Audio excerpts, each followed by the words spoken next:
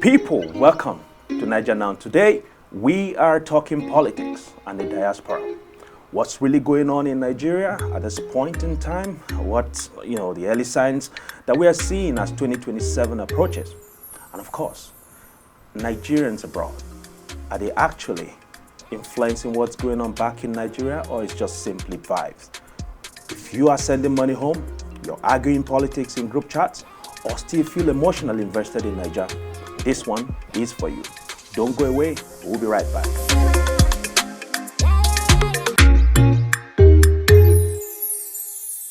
So on Naija Now today, we have the wonderful people here. First to my right is my one and only co-host. A trouble partner. Partner in crime. Modele, of course. And we have our the most powerful prof in the community here. Soji is right here. And again, my other brother here who he doesn't want us to always have a free conversation. He keeps fighting me all the time. Toby, it's good to have you all guys back in the studio to talk about. Between the last time we were here and now, there has been massive snowfall. Oh my goodness. Yeah. Honestly, and I'm like thinking, is this going to be the end of time? Because this thing is coming back to back. And I sat. Because it usually, or let me not say usually, but in subsequent years, of in previous years, the rainfall would come shortly after the snowfall. So the snow wouldn't be on the ground, for a long time. But this one, if you have the toboggan or you have sled, you can actually just go out and go and be sliding into your neighbor's compound. All right, guys, we are talking politics today and the role of all of you in the diaspora. Me, I live in the village. Live in the village of Halifax. But you know what? You can't take away the fact that we influence what happened back in Nigeria, whether you're in the UK, you're in the US, you're anywhere in the world. As long as you're Nigerian, it affects you directly or indirectly. Let's begin with the mode currently in Nigeria, the state of the nation in Nigeria. We've heard and we've seen that clearly things are not looking the way they should. Subsidy has been removed, and that's an old story anyway. We also have comatose on the exchange rate there too.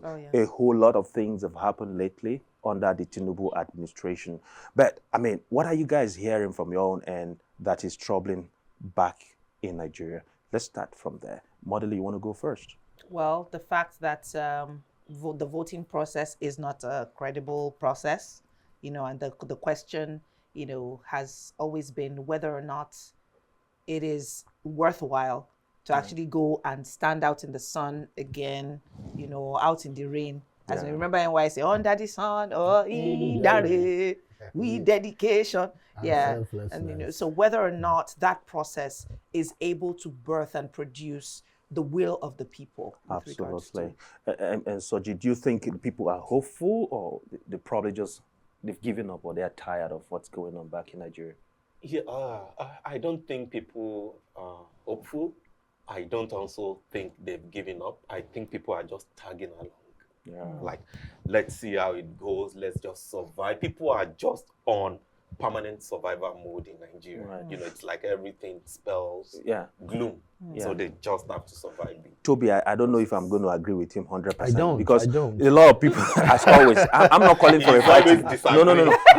No, guys, calm down. I'm not calling for a fight. I'm simply saying that we see a lot of bling bling on social media. People are looking good, and he's saying people are tired, they are giving up, they're like losing hope. But do you agree with him on that, or are they just managing? Or telling us? I'll start with the bling bling. Don't believe everything you see on social media. Don't believe everything you see on social media. But back to the question, I think people are very hopeful. I see a lot of activism going on online, and I see people actively involved in it. Despite all the tear gas, all the pushback by the government towards them, I see them on a daily basis. People are going to court. People are talking about bills that are passed. People are talking about electoral reforms. There's a protest going on maybe last week, up till this very moment, things are happening. So people are very involved in voicing their opinion or their displeasure or their agreement with whatever is going on in the country now. And that's hope. If they have totally given up and say like, well, what will happen will happen, what will be. That's a tragic one. But right now, I see a lot of hope to how people are addressing the issue. I agree with you. I mean, for anyone who goes on the street to say, oh, this is how we want that amendment, the bill, the INEC bill amendment should go. I mean, it shows sign of commitment. They're involved. But again, it could be a sign of tiredness. People are tired of the old things. And that brings me to the question of alignment. We've seen that there have been a lot of movements. Lately, someone said, looks like Nigeria is running towards a one-party system. I think you're the one that mentioned that the other day. And we are seeing ADC right now. ADC has come up and they are becoming a formidable kind of force to reckon with in Nigeria. We have the obedient movement as well. We have all these other ones. What do you think is going on? What's this machination about, really, in your opinion? Well, personally, every political move in Nigeria, politicians, political party, my first instinct is to hold everything suspect. Whether you're ADC, APC, Labour, because at the end of the day, you see this recycling. Yeah. You know, basically the same people. Exactly. This axis, cross axis, everyone, and you feel, okay, I need to calm down now. These ones are coming like the savior that will rescue Nigeria. They get inside government in whatever aspect, and you find out they are the very same thing they had fought against. Do we even have any new, brand new faces? I hold all these Not things quite, suspect when I see it. But like I said earlier on, probably my own interpretation of being hopeful is quite different from Benga's. Maybe Benga is too biblical in terms You of mean Toby? Toby, sorry. In terms He's of, a man of God, by the way. Toby is never a man of God. He's not. He's optimistic. Maybe he's being He's biblical. optimistic. He just did a cross. Maybe he's been biblical with his meaning of hope, which I agree with to some extent. But what I mean is these guys, I'm sorry for using Just change of address, the same people. Yeah, I'm sorry for using guys for Nigerian politicians. But yeah, these guys they don't go to the street to see how ordinary people live. Live. See, all these people you see on the street coming to protest, leading protests are mostly people who could afford 3 square meals in a day. And they know if I trek on the street for 1 hour, I could go back home to get some food to eat. There are millions who will not be able to come out because there is a calculation and permutation to their existence. Like saying, if I walk on the street for 1 hour, what am I coming back to eat? This is what I mean by there is gloom. There is gloom. And I'm sure we will come back to the actual voting system in Nigeria. And this is where my opinion changed several years ago. When we keep blaming these people that are giving 20,000 to vote, that you are the one destroying the system you are joining, and my perspective changed some years ago. Right. Now, what alternative? You give someone who had not had a piece of meat in a soup or stew in a whole month or 2 months, you give them 10,000 to just take an action, even against their wish. Thinking is Which I mean, that's really terrible. Model, I have to come to you on this one.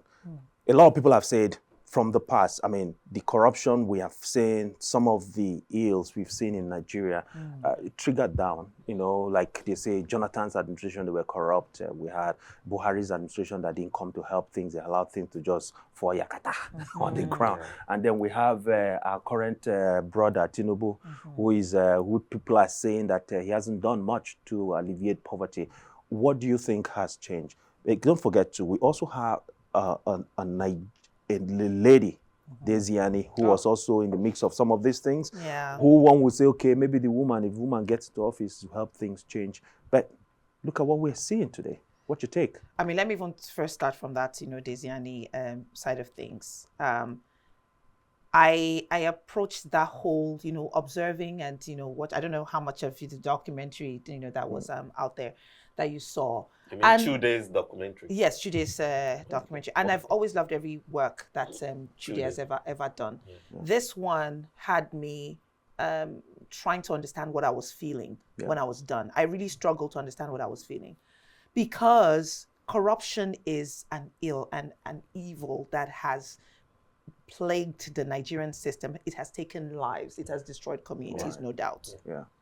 But the idea of personifying corruption, or like putting a face of a person in a particular administration as the face of that, for me is disturbing, and it makes me wonder who the players at the back end, like someone was saying something, about, when you build a software, what the client is seeing in front, just like what you're seeing on the covers of the newspaper is one thing, but who's driving the back end, and what is the end game, here? Because the system of corruption, while I do not approve of anything that would have been unethical, the system, that sponsored, corruption goes beyond one individual face, and in my opinion, it goes beyond one individual administration. Right.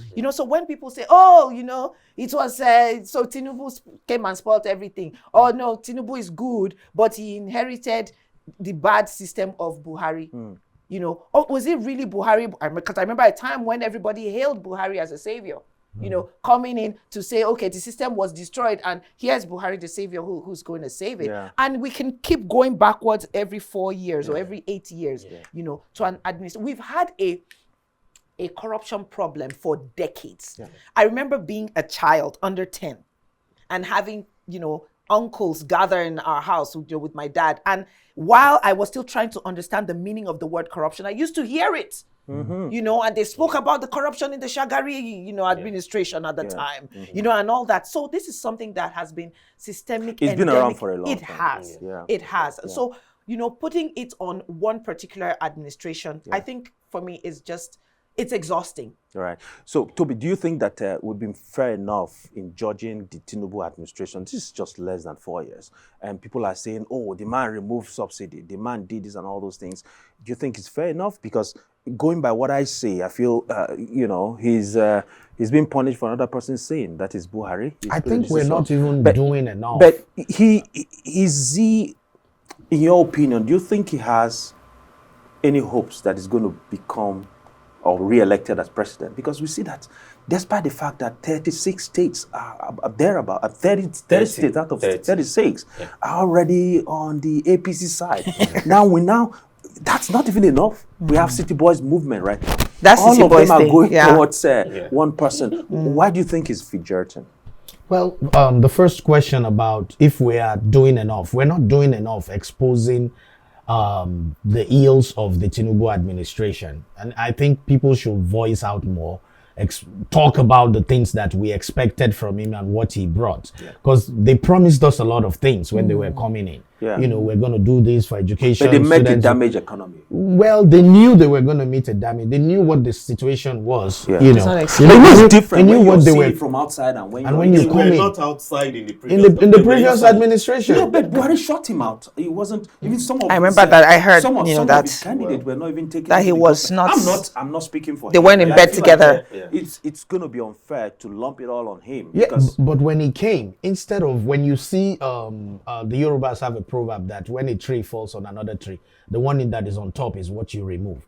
You don't take the one below and forcefully remove it. And that's what I think the Tinubu administration did.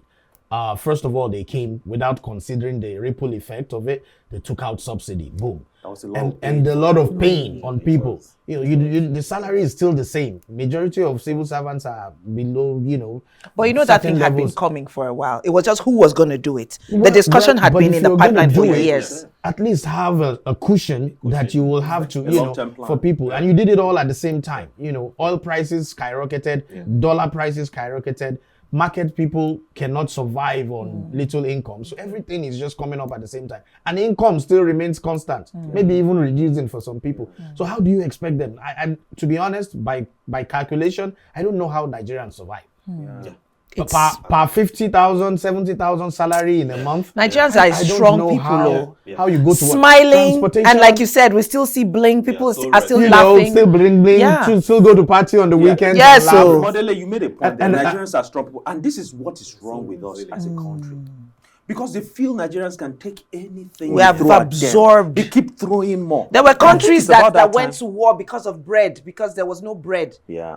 Yeah. Egypt, I And think. I think it was Egypt, or Libya. Was it Libya? No, old France. Yeah. And You there know, was on the the queen there was that an said, African. There is there was one an in African Africa country, recently you about know, bread. Meanwhile, if you say for Nigerians no tomato, somebody will go online and show you stew that was made with cucumbers. They just move on. Yeah, that's true. We just move on. That's what we do. Soji, let me come back to you about this INEC and the trust that we have. Some people say they broke their trust in 2023. And then even when they broke the trust, they also awarded the head of the INEC, this thing, Professor, what's his name again? Jerry Jega. They gave him an award of position as whatever it is. So do you think people will trust them again, given this new bill, this amendment, the bill that was, I don't think they did anything to it. I might have a different opinion. Do you think Nigerians trust INEC to run this election coming in 2027? Well, it's like corruption. The Nigerian electoral empire had never been trusted from the outset, right? From FEDECO, NECO, Nadeco and Co. They had been, built in a way that they are not to be trusted because they are instituted by the political actors that are actually the ones who are the players. So it's like having a team, and a particular team are the ones extracting probably one of them to be the umpire. Yeah. But what was this bill about, though? Well, it's a complicated issue. Yeah. It's complicated in the sense that it's about real time. Yeah. The real time is actually the issue. Yeah. But these people are so smart that they lumped so many things together so that Nigerians would have conversations. Yeah. But Nigerians too are very smart people. And they are telling you that real time is what we want. They feel that once we approve electronic transmission of election, Nigerians, this is what we want. But that's quite a different thing. Yeah. Electronic transmission of an election can be done even 5 days after. Yeah. It is still electronic. It can be through any medium. It could be argued in court. And Nigeria, when you take an electoral matter to the court, technicality is what wins the case, not truth. Unfortunately. So people detected that real-time context. Will be a clause. Toby, I know you had mentioned a point here before that the truth of... Don't attack. Take it easy now. Come on, man. I was waiting until they chopped me off. And he's wearing camouflage. He's came for war. He's there for combat. I am not a candidate of love. I am war. But you said your man Tinubu, you were surprised that he broke records, signing the bill into law in less than 24 hours. Yeah. Why that? There is something in addition to what Soji had said that I want to quickly point out. Yeah. Yes, they want to talk about real time, but the little clause that is Nigerians are really, really, really mad about is the fact that they want a situation where that's what they said. Yeah. If the electronic medium is not working, they can revert back to manual process where they will use paper. And that is where the corruption, that's where they will quickly print and quickly do and announce whatever they want. Yeah. And that part is what Nigerians are crazy about. Like, we're spending billions and billions on a yearly basis every 4 years to revive this. Yes. Why can't we just transmit this solely online? If it doesn't work, then we know it's not working. Right. But it cannot be paper. If it's not working, let's fix it. Let's spend money and fix it. Come to think because the word independent, the INEC is Independent National Electoral Commission. It should be neutral. It is not independent. There is no independence. I have a question about that. That's the first word. A question and a pet peeve also. There. Yeah. That's how does INEC get election of its representatives from the sitting president? Appointment. How does that make it? How does that make it? Yeah. But how does that make it neutral? How does that make it? Isn't there supposed to be a body, a completely neutral and objective body? The word democracy is a funny one. We're practicing a federal system of government. In the US, the president appoints judges too. And it's very similar to what we have in Nigeria. I mean, we copy most of our laws and edicts and stuff from these that's countries. different judges now. It won't be one judge that has like the final say. Well, there are 7 federal government federal judges, and they're all appointed by different presidents over time. But the idea is the key point is that they are independent, right? Right. They are not supposed to be influenced The fact that I government. appoint you does not mean you have to come from my party. If you do, it doesn't mean you have to agree with everything I say. There's still this sense of dignity, honor, the profession, checks and balances. So do we have a system? So is it that we have a system that can put an independent, a truly objective INEC in place and is not doing so? Or do we need a brand new objective blind system that will come, a blindfolded, just system that will come and put in, or refine an INEC and give us a truly independent? Well, I think the appointment of the electoral chair person is done by the president, but he's subjected to, Senate approval and all those things. But again, if is our Senate a truly objective, but neutral? they call them rubber stamp Senate. I don't know how true that is, but going by the antecedents and the things they've done in the past, it looks more like it to me that whatever that is brought to them, they just put the stamp. I mean, the bill passed, and in less than 24 hours, we've had several bills that are still pending 6 months after, they're still going back and forth in the Senate. But this particular one went boom in the Senate. It passed in the Senate, and the president signed it in less than 24 hours. I feel a whole lot of things that were not right with that particular one, because even in the House of Reps, they were calling either the nay and the yea. And then you find that people who are against certain clauses were more, but they still said, no, we'll go the other way. So the whole lot of irregularities that have occurred in this whole thing. Naija. well, we already said like 30 sitting governors are on one side of the divide. That's not a divide where you have 36 states. That's a landslide. That's not a divide at all. And it's the same kind of weight, imbalanced weight in the Senate and the House of Rep. So in those kind of situations, you will notice that in developed countries, they ensure there is a consciousness to ensure that there is balance. If you have the House of Reps, if you have the Democrats win this today, in the next 2 years when they are having midterm elections, they will switch it. They are always switching in between, party lines to ensure balance, sanity, some kind of balance in the sanity of things. But we want to have rubber stamps on one side, and that's what they've been doing, campaigning. They will threaten you with TFCC. No successful opposition.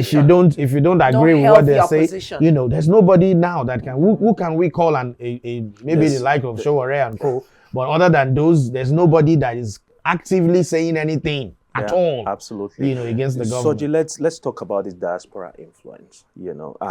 Clearly we don't vote. I don't think we have that in place currently. Sorry, before you, I should actually mention how mournful I am.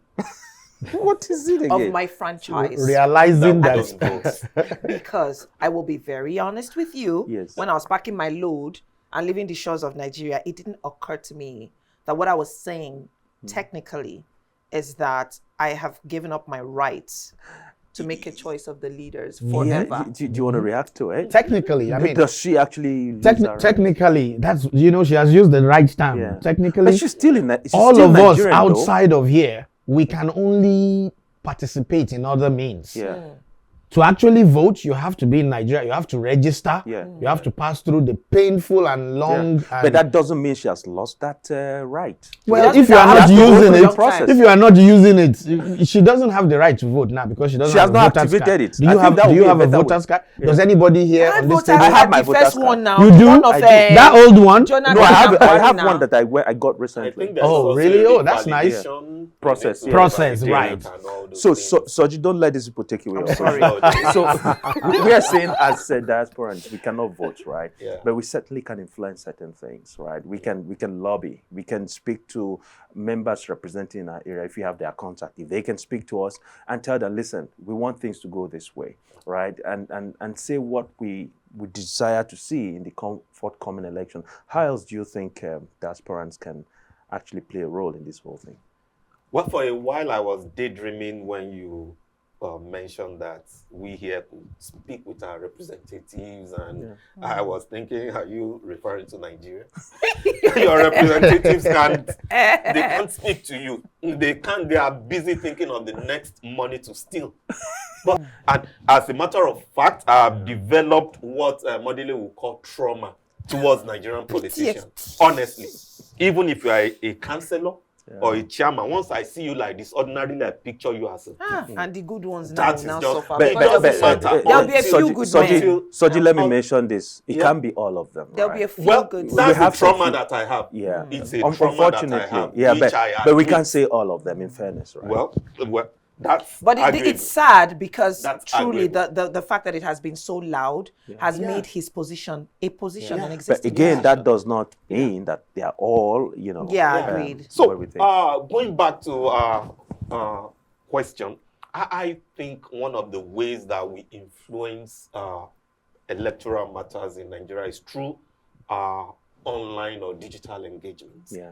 I assume that we have more pressure, more access to online and digital platforms, even more than those in Nigeria. So when you see obedience in their very massive pressurizing tone online, when you see this group with their massive pressures online, I think most of these things are substantially from people who live outside of Nigeria. Yeah.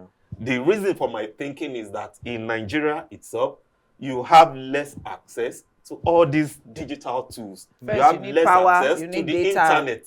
So when man. Nigerians engage, you see that some of those people that make tweets that go viral are actually living abroad. I agree with you, but it's not totally 100% correct.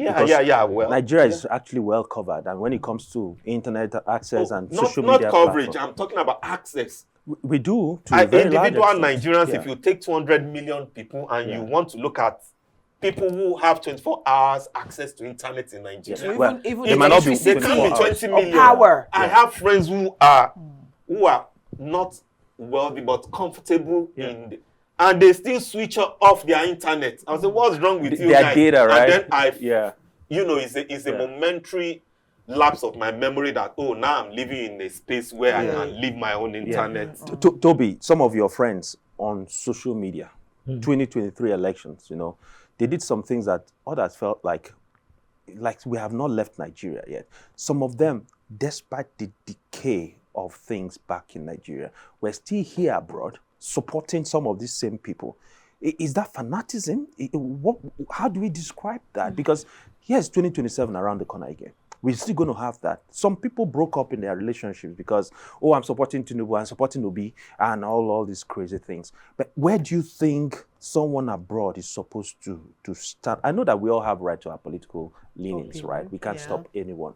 But seeing what is going on, what do you think should be our thinking right now abroad? Yeah, first of all, you can call me anything if I broke up. I broke up with some friends. Hey. When I saw... You are a combatant. When I saw it here too. When I saw that, we're not thinking in the same line, we're not reasoning the same way. I mean, it's your right. Yes. I keep saying it that it's your right to choose it's franchise, right? You have a right. It's a duty, it's a responsibility to choose who you think. Yeah. But we are all going to suffer. That's where it gets funny. Your decision, that's your right. Yeah, it's my right. I can decide to choose an idiot. I can decide to choose somebody that I know that is not going to benefit anybody.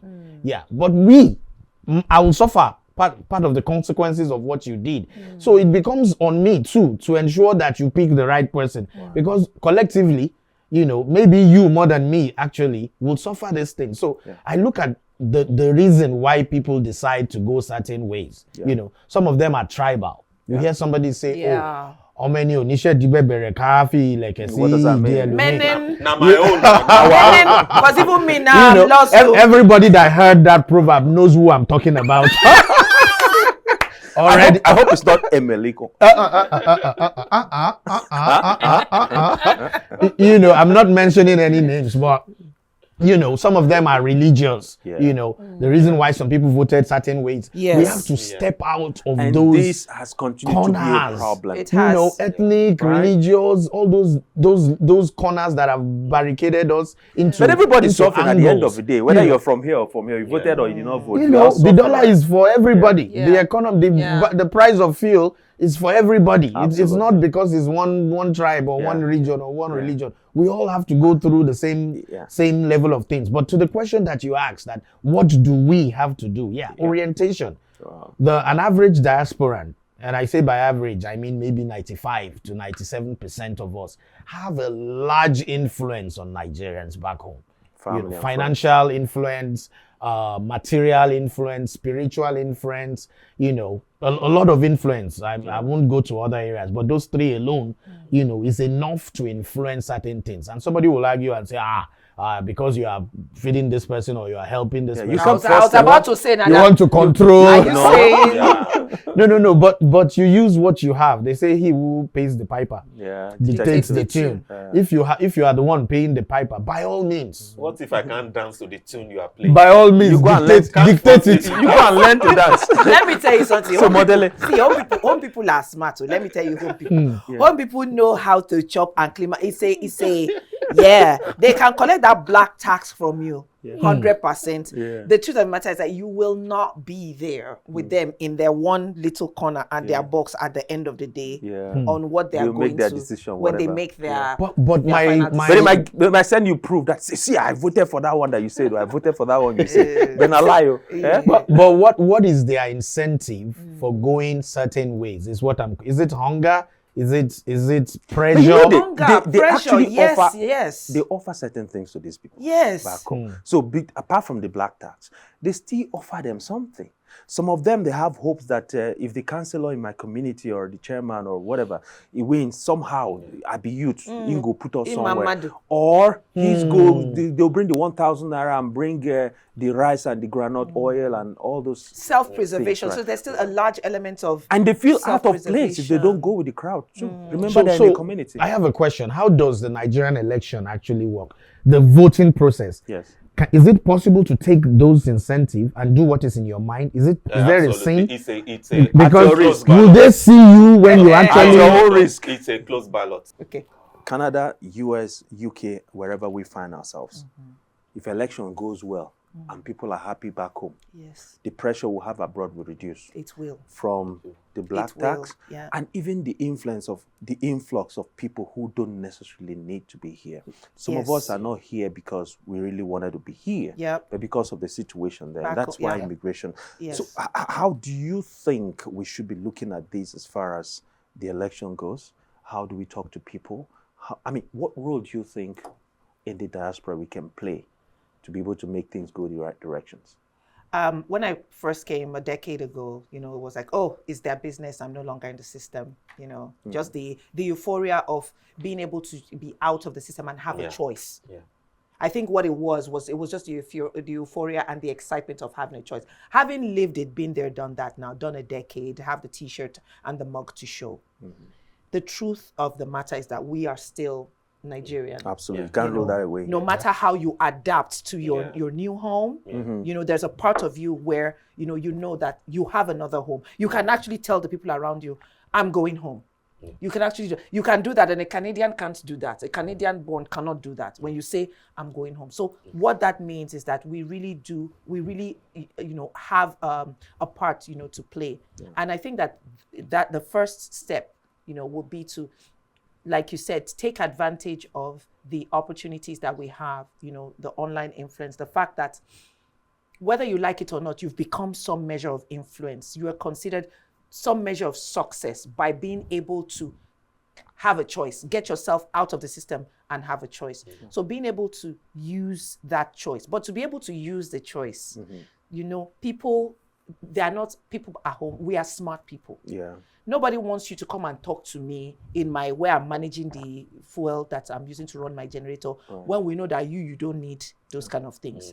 So we have a large responsibility to be hands-on. Yes. To be hands-on by getting information. getting information, staying connected. Yeah, but I rather didn't than realize that I needed so much to do. rather than just keep pulling relative out of Nigeria. Rather than just keep, pulling relative, but to stay connected, because the reality is, someone said something mind-boggling, but why should it even be mind-boggling? Because when you were packing your load, and this is, I'm asking myself, did you not think this thing through when you were packing your whole load? The fact that our children and our children's children, they may end up in another 4 generations being 1/8 Nigerian. I know. That may be all of the Nigeria that they will have. Yeah. So if we don't get connected to what is going on and be able to dream of a time when we can reclaim the people who made this land, what we have come to enjoy. There were people with dreams that were beyond themselves. Just people who refused to give up. They refused. They insisted on a future where their children's children would be able to. Jesse Jackson just passed away.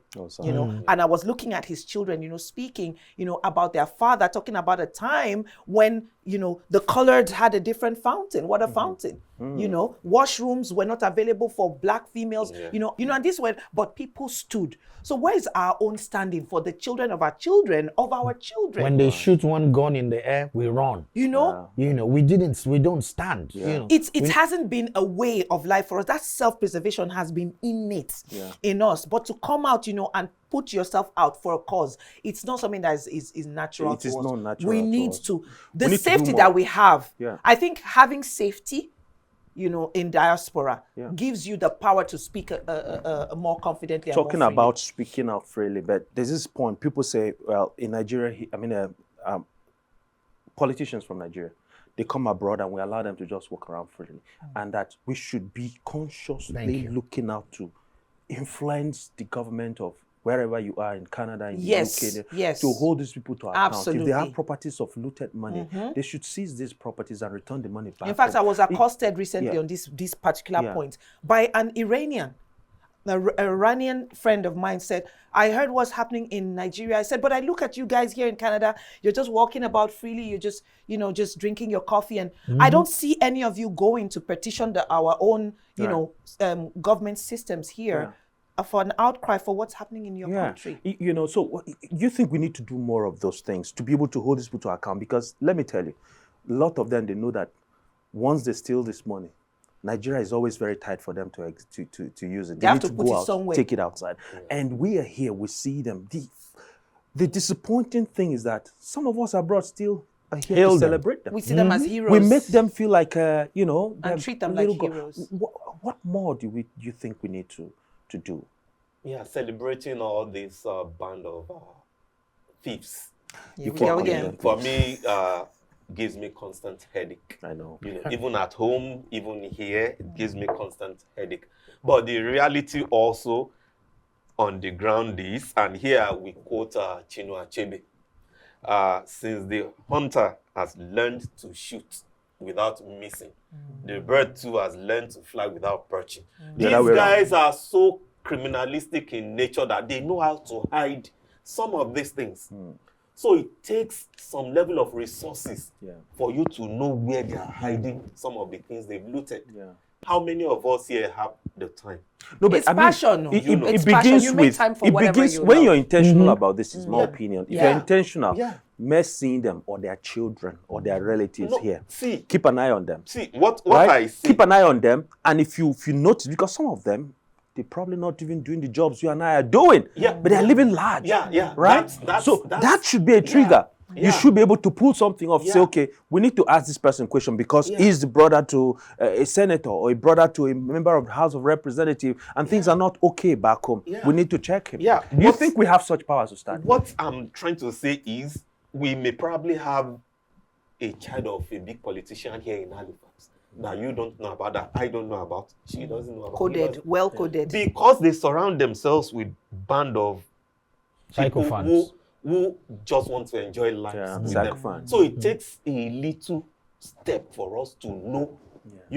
If Toby comes around now, he tells me that that's the son of Akpabio living in that.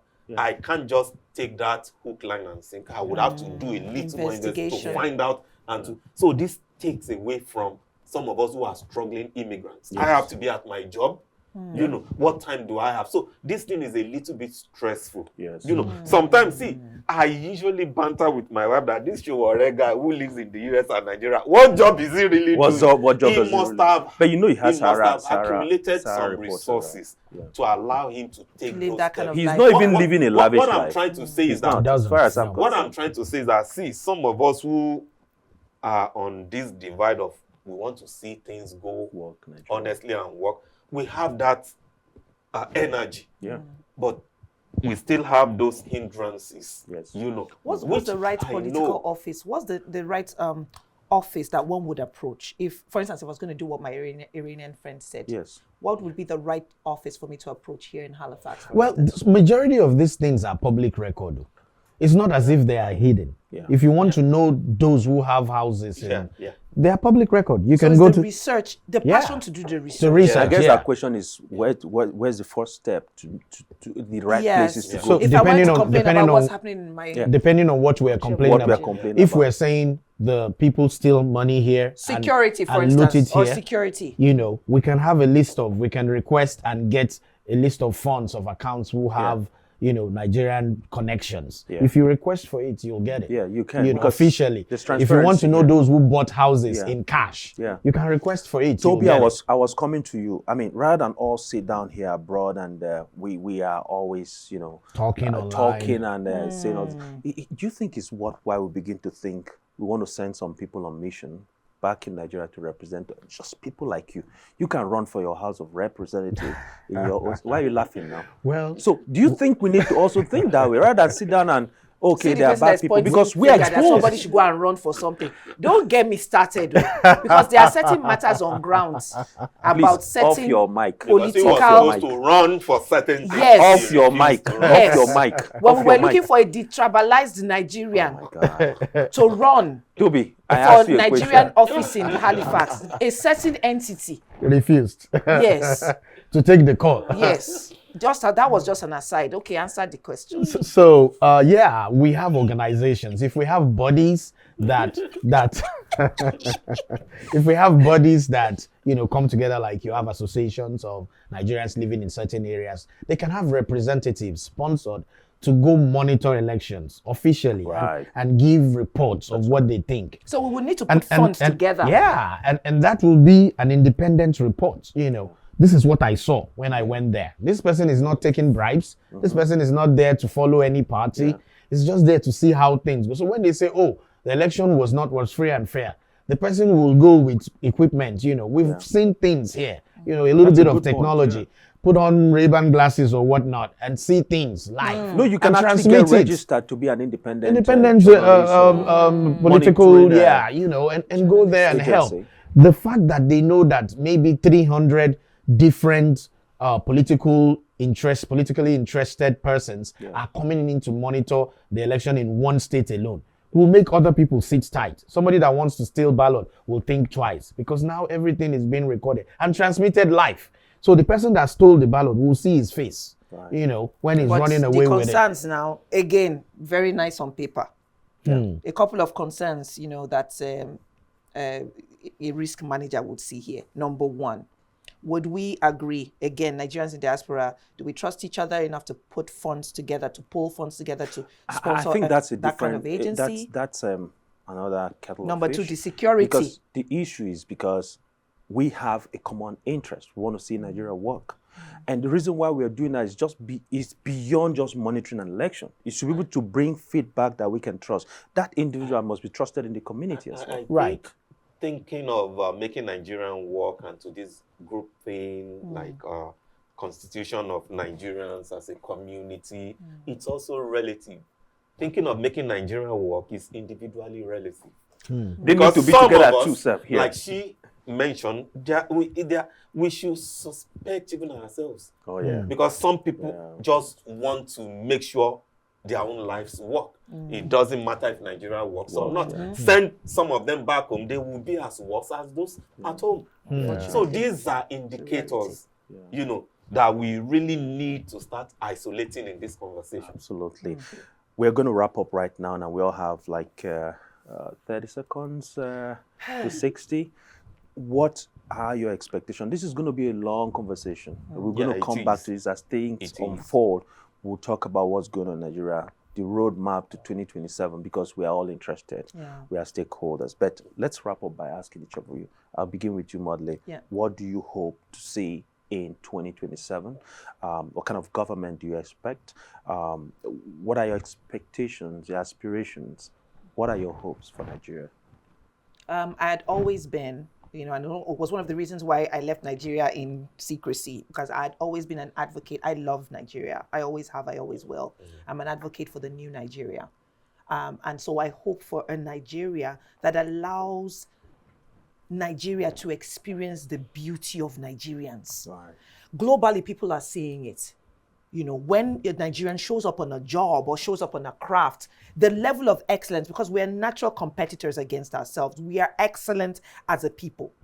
So being able to have that Nigeria that allows Nigerians in Nigeria to experience the glory of Nigeria is still a passion for me. Absolutely. And I hope that 2027 can be the year when the tide starts to turn, you know, and we have men and women of integrity in Nigeria, and where Nigerians can hold that green passport proudly, you know, all around the world. It's a dream for me. Where the education, because we're intelligent people, where we can have the funding of education belong to the Nigerian economy. Healthcare, everything. Because the funding of education belongs to the first world now, and who is paying? The international Nigerian students, whose parents are walking naked or have sold their house and sold the gold that they have for those Nigerian children to go to school. But in whose pocket is the money going? It's going into the UK pocket, the US pocket, the Canadian economy's educational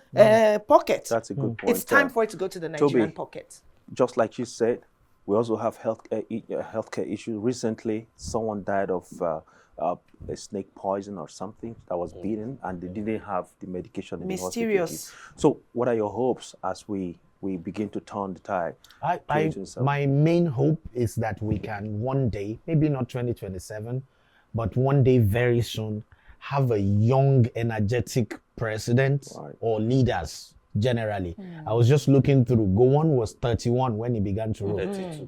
He had started ruling like 4 or 5 years before he officially became 25, 27-ish. 27-ish. You know, it's a crime now, the young person to be in government. To be in government, you know. So we're hoping that one day, because all these people we're talking about, Peter Obi is 60, 63, 60 something. He's about the youngest. And he's already in his 60s. Look at that. Apart from you know, Sowore is 55. He's not young too. Yeah, but they won't let him. You know, but so let's not wait until they are 70, 80 before we realize. Neurological pathways are is really not the determinant of whether or not you can be a good leader, right? It is a determinant. If you need to travel between 5 states in one day, age is a determinant. But do you need to be in all these states every day? I'm just saying, like, if a president who needs to fix things, I think that's a conversation for another day. I will not agree also that age is once you are not a vegetable, I don't think age absolutely. Well, but it's a conversation for another day. Okay. Yeah, I agree. But my hope for Nigeria, Trump is not even that old, and he's doing a lot of things. Let's not go there. Let's not go that one. You have to press. We will not leave there. We will not leave that discussion if we go there. But my hope, like I said, for Nigeria is that we can have energetic, concerned, patriotic young people who really have the willpower and the knowledge, the technical know-how to lead Nigeria to great places. We're a great country. Yeah, you made a point. Patriotic. Patriotic. People who are not going there to loot. That's right. But to make the country better. Yeah. Okay, you want to be at some point in Nigeria because you've been very passionate about seeing Nigeria work and have their opportunity of going back there, because that's where you actually come from. What are your expectations or aspirations for Nigeria beyond 2027? First of all, I'm pushing away all the politicians. They are thieves. I don't have any hope or whatever in them. I'm going to Nigerians themselves. I want to see a Nigerian that we have people who ask hard questions. Yeah. Wike was a chairman, governor for 8 years, minister. Come on, with all his salaries and allowances, he shouldn't be able to afford this. Cubana became a millionaire, billionaire just in overnight. The Cubana chief priest. We should ask questions. Those are the city boys, though. Are these guys getting the money from? That's city boys. I'm not being political here. I'm just being realistic. Tinubu was Lagos State governor for 8 years. Then what else? How about his son? His son. How did it? We must ask those. You must ask me, Soji. How much is your in salary? Canada for only 10 years. Right. You weren't scamming people. How could you have been able to afford 3 big mansions in Lekki? We should ask that hard questions, devoid of tribal, religious, and any other affiliated sentiments. We should be able to ask those. Once we are not asking that question, I am a thief. If I don't ask, you are a thief. We are all thieves. Okay. So if we don't ask that hard question, that's right. These guys Leverage have our no right intelligence to be as rich. When you ask those questions, people start telling, you are jealous. Oh, he's not from your tribe. That's why you're asking. Oh, you are jealous. Oh, this guy this guy tech setup, whatever. What tech setup are you talking about? These guys are thieves and scammers. And those things must be asked of them. Absolutely. I mean, I can't agree with you more, because the truth is we need accountability. We need and even where the money honest, is legitimate, it should be with a heart of service. That's right. Absolutely. Awesome. I think we have actually done justice to this point.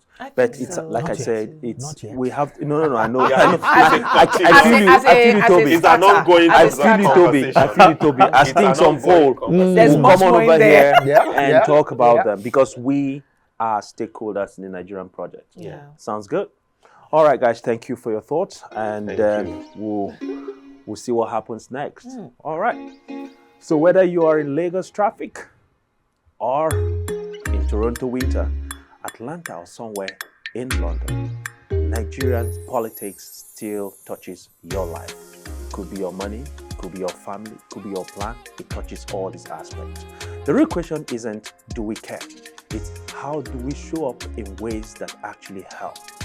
Drop your comment and disagree respectfully, as always, and let's keep the conversation going. We'll see you on the next one. For now, is Naija now. See you on the next one. Thank you. Thank you.